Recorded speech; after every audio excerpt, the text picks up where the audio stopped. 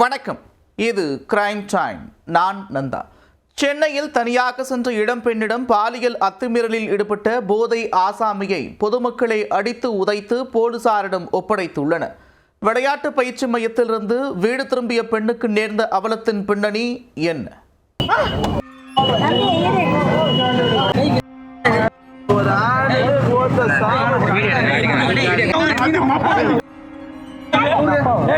பெண் குழந்தைகளை விளையாட்டு போட்டிகளில் பங்கேற்க வைக்க படாத பாடுபட்டு தைரியம் கூறி அழைத்து வரும் நிலையில் உன் போன்ற நபர்களால் அனைத்தும் வீணாவதாக கூறி போதை ஆசாமியை பொதுமக்கள் பொளந்தெடுத்தனர். போதை தலைக்கேறி நடக்கக்கூட முடியாத போதும் அத்துமீறலில் ஈடுபட்டவரை போலீசார் தெளிய வைத்து கவனித்துள்ளனர். நடந்தது என்ன?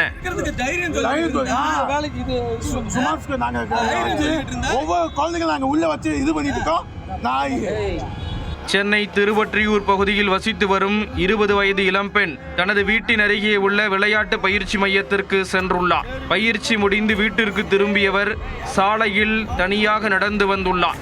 அப்போது 25 வயது மதிக்கத்தக்க இளைஞர் ஒருவர் அந்த பெண்ணை பின்தொடர்ந்துள்ளார்.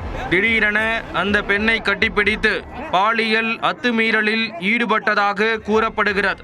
இதனால் அதிர்ச்சியடைந்த பெண் கூச்சலிட்டுள்ளார்.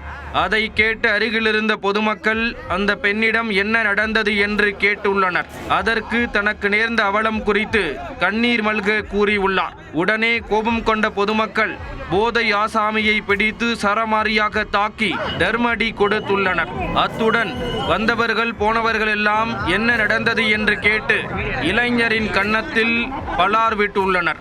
பெண் குழந்தைகளை விளையாட்டு போட்டியில் பங்கேற்க வைப்பதற்காக படாத பாடுபடும் சூழலில் உன் போன்ற நபர்களால் தங்களது முயற்சிகள் அனைத்தும் வீணாவதாக கூறி சிலர் ஆக்ரோஷமாக தாக்கினர்.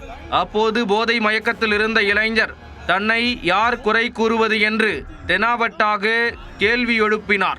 அது அங்கிருந்தவர்களை கொதிப்படைய செய்ததால் தவறு செய்துவிட்டு கேள்வியும் கேட்பியா என கூறி மேலும் 4 சாத்து சாத்தினர். பொதுமக்கள் சுத்து போட்டு தாக்கியதில் நிலை குலைந்த போதை ஆசாமி சாலையிலேயே ஐக்கியமானார். இதையடுத்து விபரீதத்தை உணர்ந்த பொதுமக்கள் திருவொற்றியூர் காவல் நிலையத்திற்கு தகவல் கொடுத்தனர். பின்னர் அங்கு வந்த போலீசார் நிற்கக்கூட முடியாமல் இருந்த இளைஞரை அழைத்து சென்று விசாரணை மேற்கொண்டனர். முதற்கட்ட விசாரணையில் அந்த இளைஞர் திருப்பூரைச் சேர்ந்த ஜான் வினோத் என்றும் சென்னையில் தனது தாயாருடன் தங்கி வேலை செய்து வந்ததும் தெரிய வந்தது.